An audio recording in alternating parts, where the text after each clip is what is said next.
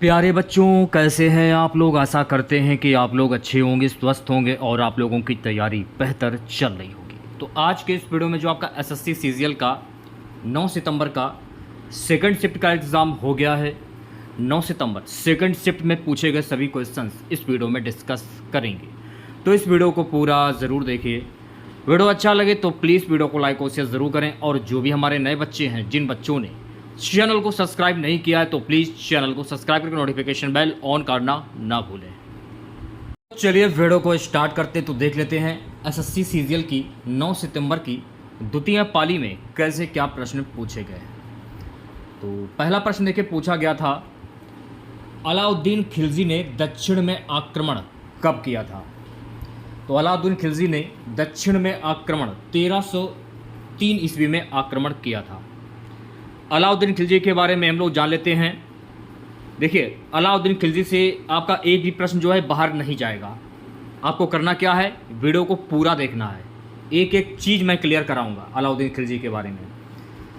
अलाउद्दीन खिलजी के तहत दक्षिण भारतीय अभियान का सेनापति कौन था? मलिक काफूर। अलाउद्दीन खिलजी के तहत दक्षिण भारतीय अभियान का सेनापति कौन था उस समय? मलिक काफूर था। ये आपको ध्यान में रखना है। अलाउद्दीन खिलजी भारत के दक्षिणी भाग पर हमले करने वाला पहला मुस्लिम शासक था। ये भी फैक्ट आपको ध्यान रखना है कि भारत के दक्षिणी भाग पर हमला करने वाला पहला मुस्लिम शासक कौन था? अलाउद्दीन खिलजी। आपसे यह भी प्रश्न पूछा जा सकता है कि अलाउद्दीन खिलजी द्वारा द्वार समुद्र की विजय के लिए उसने किसको नियुक्त किया था? तो अलाउद्दीन खिलजी द्वारा द्वार समुद्र की विजय के लिए मलिक काफूर को नियुक्त किया गया था। यह भी आपको फैक्ट ध्यान में रखना है। अलाउद्दीन खिलजी ने चित्तौड़ पर आक्रमण कब किया था? यह भी प्रश्न पेपर में पूछा जा सकता है। तो अलाउद्दीन खिलजी ने चित्तौड़गढ़ में 1303 ईस्वी में आक्रमण किया था। यह भी आपको ध्यान में रखना है। अलाउद्दीन खिलजी ने अपने सैनिकों के लिए कौन से गैरीसन छावनी शहर का निर्माण कराया था? श्री, इसको बोलते हैं श्री। ठीक है, यह भी आपको ध्यान में रखना है। अलाउद्दीन खिलजी के शासनकाल के दौरान कपड़ा बाजार को सराय ए उदल के नाम से जाना जाता था। अगर आपसे पूछ लिया जाए कि अलाउद्दीन खिलजी के शासनकाल के दौरान कपड़ा बाजार को किस नाम से जाना जाता था? सराय ए उदल के नाम से जाना जाता था। तो यह भी फैक्ट आपको ध्यान में रखना है। शासक अलाउद्दीन खिलजी ने अपने शासनकाल के दौरान कितने कर लगाए थे? 3 प्रकार के कर लगाए थे। कितने प्रकार के कर लगाए थे? 3 प्रकार के कर लगाए थे। तो यह भी फैक्ट आपको ध्यान में रखना है। मलिक काफूर अलाउद्दीन खिलजी का जो गुलाम सेनापति था उसका क्या नाम था? मलिक काफूर। ये अलाउद्दीन खिलजी का गुलाम सेनापति था। और अलाउद्दीन का जो कार्यकाल था 1296 से 1316 ईस्वी इनका कार्यकाल था। ठीक है, तो कुछ ज़्यादा कार्यकाल इनका नहीं रहा था। अलाउद्दीन खिलजी का पहला सैन्य अभियान किस राज्य के खिलाफ था? तो अलाउद्दीन खिलजी का जो पहला सैन्य अभियान था ये गुजरात के खिलाफ था। ये भी फैक्ट आपको ध्यान में रखना है। अलाउद्दीन खिलजी ने अपने सैनिकों के लिए एक नए दुर्ग रक्षक शहर का निर्माण किया जिसका नाम क्या था? सिरी। अभी मैंने आप लोगों को बताया है।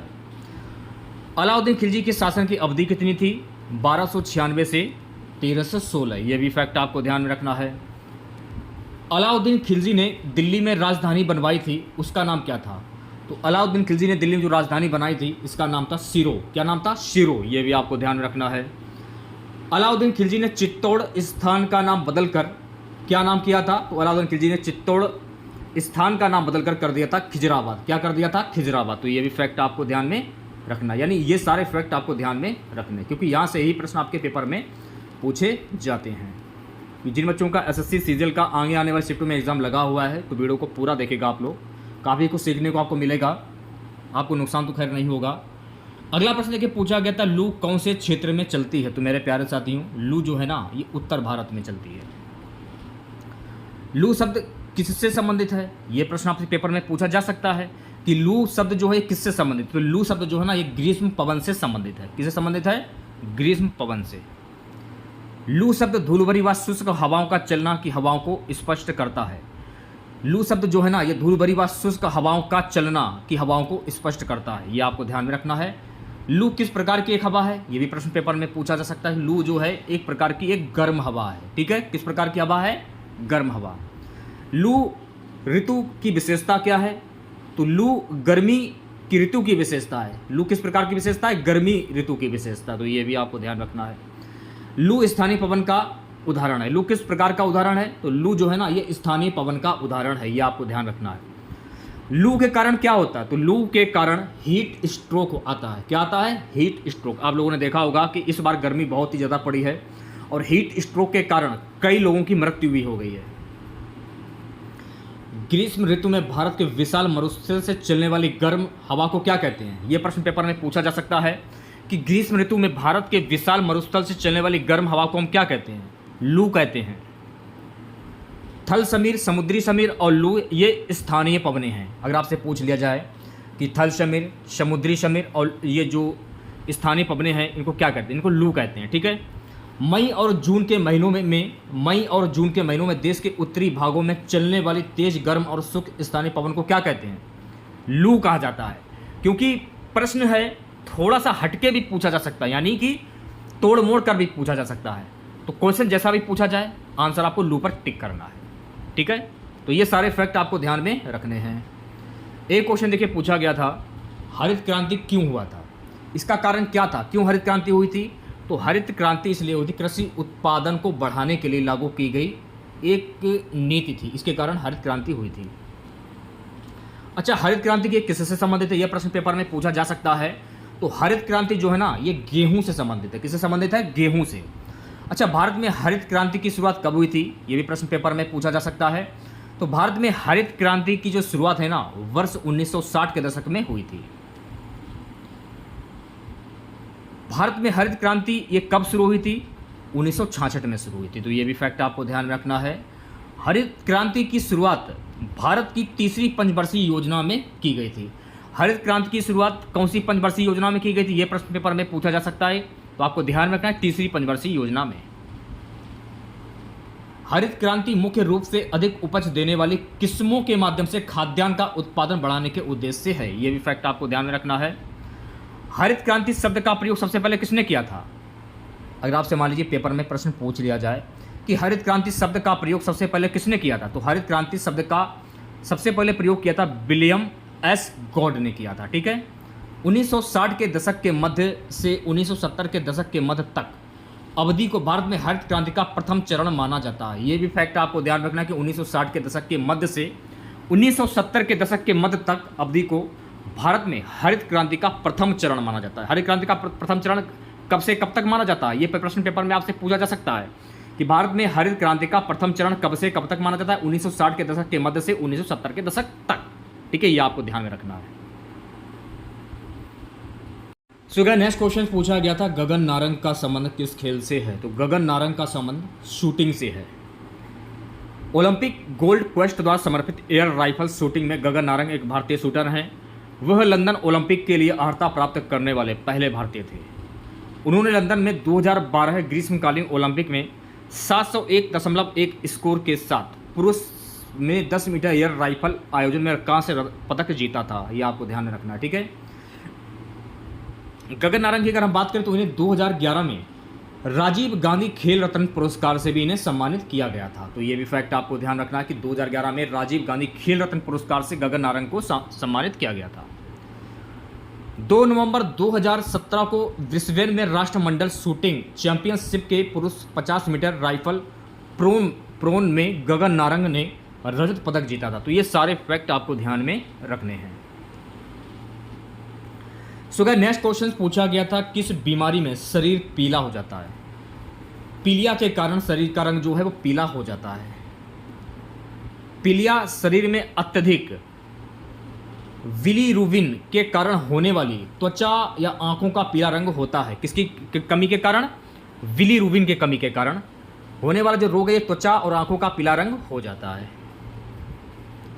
पीलिया को हाइपर बिलीरुबिनेमिया भी कहा जाता है। तो पीलिया को क्या कहा जाता है? इसको कहा जाता है हाइपर बिलीरुबिनेमिया, इसे कहा जाता है।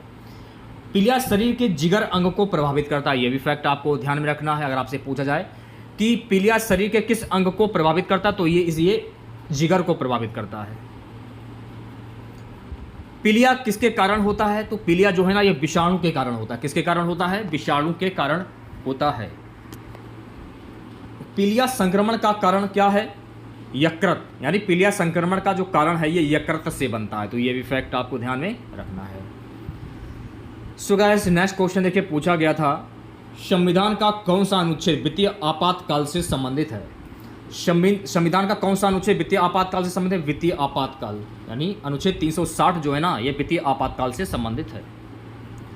अनुच्छेद 307 राष्ट्रपति को वित्तीय आपातकाल की घोषणा करने का अधिकार देता है यदि वह संतुष्ट है कि ऐसी स्थिति उत्पन्न हुई है जिसके कारण भारत या उसके क्षेत्र के किसी भी हिस्से को वित्तीय स्थिरता या क्रेडिट को खतरा है। तो ये अनुच्छेद 360 ये राष्ट्रपति को अधिकार देता है कि वो वित्तीय आपातकाल की घोषणा कर सकता है। ठीक है, ये आपको ध्यान रखना है। भारतीय संविधान के वित्तीय आपातकालीन प्रावधानों को कौन से संविधान से उधार लिया गया है? तो ये आपको ध्यान रखना है। अक्सर पेपर में पूछ लिया था कि भारतीय संविधान के वित्तीय आपातकालीन प्रावधानों को कौन से संविधान से लिया गया? तो जर्मनी के संविधान से लिया गया। तो ये आपको ध्यान में रखना है। भारतीय संविधान में अनुच्छेद 356 और 360 ये दोनों ही आपातकालीन प्रावधान पर आधारित लेख हैं। 356 हुआ और 360 हुआ, ये दोनों प्रावधान जो है ना, ये भारतीय संविधान में अनुच्छेद 356 और 360 आपातकालीन प्रावधान पर आधारित लेख हैं। तो ये भी फैक्ट आपको ध्यान में रखना है। WPL यानी कि women premium league, women's premium league का 2023 का पहला मैच ये कहाँ पर हुआ था? ये प्रश्न पूछा गया था। तो वुमेन्स प्रीमियर लीग 2023 का जो पहला मैच है ना, DY पाटिल मुंबई में हुआ था। कहाँ पर हुआ था? DY पाटिल मुंबई में। WPL यानी वुमेन्स प्रीमियर लीग 2023 का पहला match DY Patil sports academy के मैदान पर मुंबई में खेला गया था। ये फैक्ट आपको ध्यान में रखना है। मुंबई इंडियंस टीम ने क्रिकेट का उद्घाटन महिला प्रीमियर लीग 2023 जीती है। ये भी आपको ध्यान में, यानी उद्घाटन जो मैच हुआ था महिला प्रीमियर लीग का, उसमें मुंबई इंडियंस ने जीता था। सो गाइस, अगला प्रश्न देखिए, पूछा गया था दोआब किन दो नदियों के बीच में है? तो दोआब जो है ना, ये गंगा और यमुना नदियों के बीच में है। पंजाब राज्य माझा, दोआब और मालवा क्षेत्रों में विभाजित है। पंजाब राज्य और माझा, दोआब ये मालवा क्षेत्रों में विभाजित है। ये आपको ध्यान रखना है। एक है रेचना दोआब। तो जो रेचना दोआब है ना, ये रेचना दोआब के बीच रावी और चिनाब नदियाँ स्थित हैं। तो रेचना दोआब के बीच कौन सी नदियाँ स्थित हैं? रावी और चिनाब। तो ये भी फैक्ट आपको ध्यान में रखना है। एक है रायचूर दोआब। तो जो रायचूर दोआब है ना, ये तुंगभद्रा और कृष्णा ये दो नदियों के बीच में स्थित है। किन नदियों के बीच में स्थित है? तुंगभद्रा और कृष्णा नदियों के बीच में स्थित। तो ये भी आपको ध्यान रखना है। दोआब शब्द को दो नदियों के बीच की भूमि को कहा जाता है। दोआब किसे कहा जाता है? दोआब शब्द का जो प्रयोग है किन नदियों के बीच में कहा जाता है? दोआब शब्द का प्रयोग किसमें किया जाता है? दो नदियों के बीच को कहा जाता है। ये आपको ध्यान में रखना है। एक प्रश्न देखिए, आपका चालुक्य वंश से पूछा गया था। प्रश्न क्या पूछा गया था ये तो खैर हमको नहीं मिल पाया है। चालुक्य वंश की अगर हम बात करें तो चालुक्य वंश भारत के दक्षिणी भाग में एक प्रमुख राज्य था। ऐहोल चालुक्यों की राजधानी थी। चालुक्यों की राजधानी कौन सी थी? ऐहोल। ये भी आपको ध्यान में रखना है। चालुक्यों की राजधानी वातापी में भी स्थित थी, ऐहोल में भी स्थित थी और वातापी में स्थित थी। तो ये दोनों फैक्ट आपको ध्यान रखना है। राजधानी से अगर प्रश्न पूछ लिया जाए आपसे तो ऑप्शन में ऐहोल भी हो सकता है और वातापी भी हो सकता है। एक प्रश्न पूछा गया था विद्युत आवेश के प्रवाह की दर की इकाई क्या? तो विद्युत आवेश के प्रवाह की दर की इकाई है एम्पियर। तो ये आपको ध्यान में रखना है। सो गाइस, नेक्स्ट क्वेश्चन पूछा गया था कि जीएसटी के लिए किस कमेटी का गठन हुआ था? तो जीएसटी की कमेटी के लिए विजय केलकर समिति का गठन हुआ था। ये आपको ध्यान में रखना है। जीएसटी का फुल फॉर्म क्या होता है? तो जीएसटी का फुल फॉर्म होता है गुड्स एंड सर्विस टैक्स। ठीक है, जीएसटी कब लागू होता है भारत में? तो जीएसटी भारत में 1 जुलाई 2017 को लागू हुआ था। जीएसटी पूरे भारत में एक अप्रत्यक्ष कर है। जीएसटी बिल को मंजूरी देने वाला पहला राज्य कौन था? तो जीएसटी बिल को मंजूरी देना पहला राज्य कौन सा था? तो आपको ध्यान में रखना है कि जीएसटी बिल को मंजूरी देने वाला पहला राज्य था असम। ओडिशा जीएसटी बिल को मंजूरी देने वाला 16वां राज्य बन गया था उस समय 2017 में। जीएसटी को लागू करने के लिए 16 राज्यों की मंजूरी की आवश्यकता थी। जीएसटी के तहत वर्तमान वस्तुओं और सेवाओं पर 0%, 5%, 12%, 18% और 28% जो है कर लगाया जाता है। तो यहाँ पर देखिए काफ़ी क्वेश्चन बन जाते हैं, जैसे कि जीएसटी का फुल फॉर्म क्या होगा, जीएसटी कब लागू हुआ था, जीएसटी किस प्रकार का कर है? तो ये एक अप्रत्यक्ष कर है। जीएसटी बिल को मंजूरी देने वाला पहला राज्य कौन सा था? असम था। ये भी आपको ध्यान रखना। 16वां राज्य कौन सा था? ओडिशा था। जीएसटी लागू करने के कितने राज्यों की मंजूरी चाहिए थी? 16 राज्यों की मंजूरी चाहिए थी। जीएसटी के तहत वर्तमान वस्तुओं सेवाओं पर कितने प्रतिशत कर लगाया जाता है? 0, 5, 12, 18 और 28%। और ये अभी आपको ध्यान रखना है कि अरुण जेटली जीएसटी परिषद के पहले अध्यक्ष थे। तो अगर आपसे पूछ लिया जाए कि जीएसटी परिषद के पहले अध्यक्ष कौन थे? अरुण जेटली। केंद्रीय वित्त मंत्री निर्मला सीतारमण जीएसटी परिषद की वर्तमान अध्यक्ष हैं। तो ये सारे फैक्ट आपको ध्यान में रखने हैं। एक क्वेश्चन पूछा गया था, सिडबी की स्थापना कब हुई? तो मेरे प्यारे साथियों, सिडबी की स्थापना 1990 में हुई थी। और सिडबी का हेडक्वार्टर कहाँ पर? ये भी प्रश्न पेपर में पूछा जा सकता है। तो सिडबी का हेडक्वार्टर जो है ना, ये लखनऊ में है। ठीक है। सिडबी का फुल फॉर्म क्या होता है? तो सिडबी का फुल फॉर्म होता है small industry development bank of India. ठीक है। इसका गठन कब हुआ? तो इसका गठन 1990 में हुआ था। ये भी आपको ध्यान रखना है। भारतीय लघु विकास बैंक सिडबी का भारतीय लघु उद्योग विकास बैंक सिडबी को भारतीय रिजर्व बैंक द्वारा विनियमित किया जाता है। ये भी फैक्ट आपको ध्यान में रखना है। एक क्वेश्चन पूछा गया था, टेबल टेनिस के गेंद का वजन कितना होता है? तो मेरे प्यारे साथियों, टेबल टेनिस के गेंद का वजन होता है 2.7 ग्राम। टेबल टेनिस में एक सर्वे पर लगातार असीमित लेट्स की अनुमति है। ये भी फैक्ट आपको ध्यान में रखना है। सो गाइस, नेक्स्ट क्वेश्चन पूछा गया था, भारत का सबसे पहला हाईकोर्ट कौन सा है? तो भारत का सबसे पहला हाईकोर्ट है कलकत्ता उच्च न्यायालय। ठीक है। भारत का प्रथम उच्च न्यायालय कलकत्ता में स्थापित किया गया था। ये आपको ध्यान रखना है कि भारत का प्रथम उच्च न्यायालय जो है ना, ये कलकत्ता में स्थापित किया गया था। और इससे पहले फोर्ट विलियम में न्यायिक उच्च न्यायालय कहा जाता था। इससे पहले क्या कहा जाता? फोर्ट विलियम में न्यायिक उच्च न्यायालय कहा जाता था। यह भारतीय उच्च न्यायालय अधिनियम 1861 के तहत स्थापित किया गया। किसके तहत स्थापित किया गया था? उच्च न्यायालय अधिनियम 1861 के तहत। इसे औपचारिक रूप से 1 जुलाई 1862 को खोला गया था। सर वॉन्स पीकॉक जो थे, ये कलकत्ता उच्च न्यायालय के पहले मुख्य न्यायाधीश थे। अगर आपसे पूछ लिया जाए कि कलकत्ता उच्च न्यायालय के पहले मुख्य न्यायाधीश कौन थे? Sir Barnes Peacock. ये आपको ध्यान में रखना है। न्यायमूर्ति सुबुनाथ पंडित जो हैं, ये कलकत्ता उच्च न्यायालय के न्यायाधीश के रूप में पद ग्रहण करने वाले पहले भारतीय थे। तो ये भी फैक्ट आपको ध्यान में रखना है। सो नेक्स्ट क्वेश्चन पूछा गया था, रोजगार में महिला भागीदारी का कितना प्रतिशत है? तो रोजगार में महिला भागीदारी का प्रतिशत है 25%। और मनरेगा के तहत महिलाओं के लिए 1/3% काम आरक्षित है। तो ये भी आपको ध्यान में रखना है। सो नेक्स्ट क्वेश्चन पूछा गया था कि कोर्ट के जजों के वेतन भत्ते किस अनुच्छेद में है? तो कोर्ट के जजों के वेतन और भत्ते जो है ना, यह अनुच्छेद 125 में है। भारत के सर्वोच्च न्यायालय में न्यायाधीशों की संख्या संसद के द्वारा निर्धारित की जाती है। अगर आपसे पूछ लिया जाए कि भारत के सर्वोच्च न्यायालय में न्यायाधीशों की जो संख्या है, ये किसके द्वारा निर्धारित की जाती है? तो संसद के द्वारा निर्धारित की जाती है।